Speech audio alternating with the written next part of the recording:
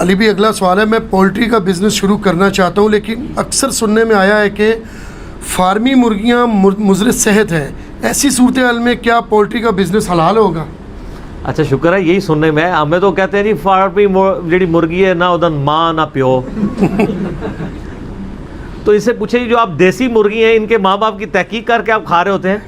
کیونکہ آج کل جو دیسی مرغیاں بھی مارکیٹ میں آئی ہیں وہ بھی زیادہ تر فارمی ہوتی ہیں، یہ گولڈن مرغیاں، تو ماں باپ کی تحقیق کرنے کی آپ کو دوسرا یہ کوئی شرعی قانون تو نہیں ہے کہ آپ نے وہ تحقیق کرنی ہے. شریعت جو لاگو ہوتی ہے وہ لاگو ہوتی ہے انسانوں کے اوپر، جنات کے اوپر، جانوروں کے اوپر آپ نے شریعت نہیں لاگو کرنی ہے. ورنہ تو آپ کو پتا ہے جانوروں میں تو آپ کو پتا ہے یہ جوڑے والا میں میل فیمیل کا بھی چکر اس طریقے سے اسٹرکٹلی تو وہ فالو نہیں ہو رہا ہوتا کہ وہ یعنی میاں بیوی کا جیسے ریلیشن شپ ہے، وہاں تو اس طرح اوپن ہی ہوتا ہے، ایک مرغا ہے تو 5 مرغیاں رکھی ہوتی ہیں ساتھ. تو آپ دیسی بھی رکھ کے دیکھیں تو وہ اگر آپ اس چکروں میں پڑ جائیں گے نہ ماں نہ پیو تو یہ تو اور چکر ہے. باقی یہ جو مضر صحت والا مسئلہ ہے نا یہ پاکستان میں بھی اٹھا تھا، سپریم کورٹ نے بھی اس کا نوٹس لیا، وہ فیڈ کے اعتبار سے پھر الٹیمیٹلی اب تو خیر معاملہ ریزالو ہو گیا، اللہ کا شکر ہے. باقی یہ کہنا کہ ان کی فیڈ میں سور یا باقی چیزیں شامل کی جاتی ہیں، ہمیں تو کوئی ایسی تحقیق نہیں ملی ہے. اور دوسری بات یہ ہے کہ سور کو تو چھوڑ دیں، آپ کی دیسی مرغیاں بھی جو کھا پی رہی ہیں کیا وہ کیڑے مکوڑے کیا وہ آپ کے نزدیک حلال ہیں کھانے؟ گٹروں کا وہ پانی پیتی ہیں، کیچڑ سے وہ پیتی ہیں، ان کے اوپر آپ شریعت کیوں لاگو کر رہے ہیں؟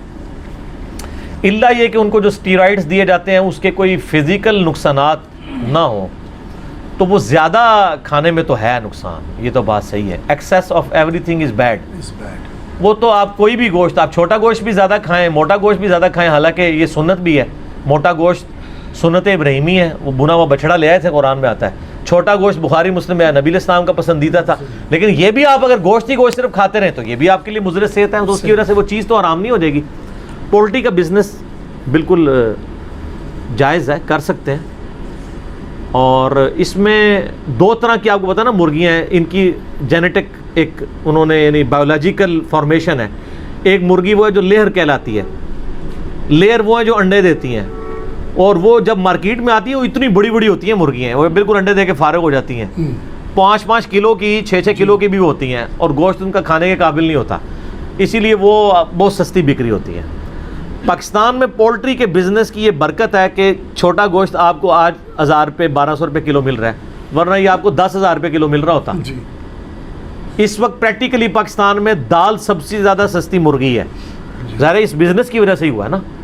غریب لوگوں سے آپ پوچھیں وہ تو کہتے ہیں ہم تو دال سبزی نہیں پکاتے، ہم تو ایک مرغی لے لیتے ہیں 150 روپے کی، 250 روپے کی، اور اس کا شوربہ لمبا کر کے تو پورا خاندان کھا لیتا ہے. صحیح بات ہے. تو دال تو آپ کی 200-250 روپے کلو بھی پڑ رہی ہیں دالیں، جی پھر بھی وہ اتنا شوربہ نہیں آپ بنا سکتے، اس کا کتنا اس کو پتلا کریں گے، بالکل صحیح. کتنا بنا لیں گے؟ مرغی کا آپ پتلا کریں اس کا ٹیسٹ پھر بھی فیل ہوتا ہے. جی تو ایک تو یہ لیئر ہوتی ہے، اور ایک دوسری ہوتی ہے برائلر جو آپ کے کھانے کے لیے استعمال ہو رہی ہوتی ہے. یہ جو آپ کو مارکیٹ میں مرغیاں مل رہی ہوتی ہیں نا جو اپنے پاؤں پہ بھی بیچاری کھڑی نہیں ہو رہی پا رہی ہوتی ہے، اس لیے کہ ان کو شروع سے ٹریننگ نہیں دی ہوتی ہے. وہ کہتے ہیں نہیں کمزور ہے اس لیے نہیں کھڑی. کمزور نہیں ہے سر، آپ ایک انسان کو بھی جو صحت مند پیدا ہو اس کے بھی ہاتھ پاؤں باندھ دینا تو وہ بھی کھڑے ہونے کے قابل نہیں رہے گا. ایون آپ ایک صحت مند بندے کی یہ بازو ہے نا اس طرح 1 سال کے لیے اس کو ایسے باندھ دینا، اس کے بعد وہ اپنی بازو بھی نہیں لا سکے گا، یوز نہیں نہ ہو رہی ہوتی. تو یہ نہیں ہے کہ مطلب ان کا گوشت کوئی صحت والا نہیں ہے، ایسا نہیں ہے. باقی ایکسیس نہیں ہونا چاہیے. ہم تو پرسنلی میں تو بہت کوشش کرتا ہوں اوائڈ ہی کروں، بہت کوئی مجبوری ہو تو وہ کھانا پڑ دے، علیحدہ بات ہے. باقی بزنس اس کا حلال ہے، بلکہ اگر آپ کی نیت ٹھیک ہوگی تو نیکی کا کام ہے لوگوں کو یعنی سستا گوشت پرووائڈ کریں. تو جو برائلر ہے وہ کھانے کے لیے استعمال ہوتی ہے، لیئر جو ہے وہ انڈوں کے لیے.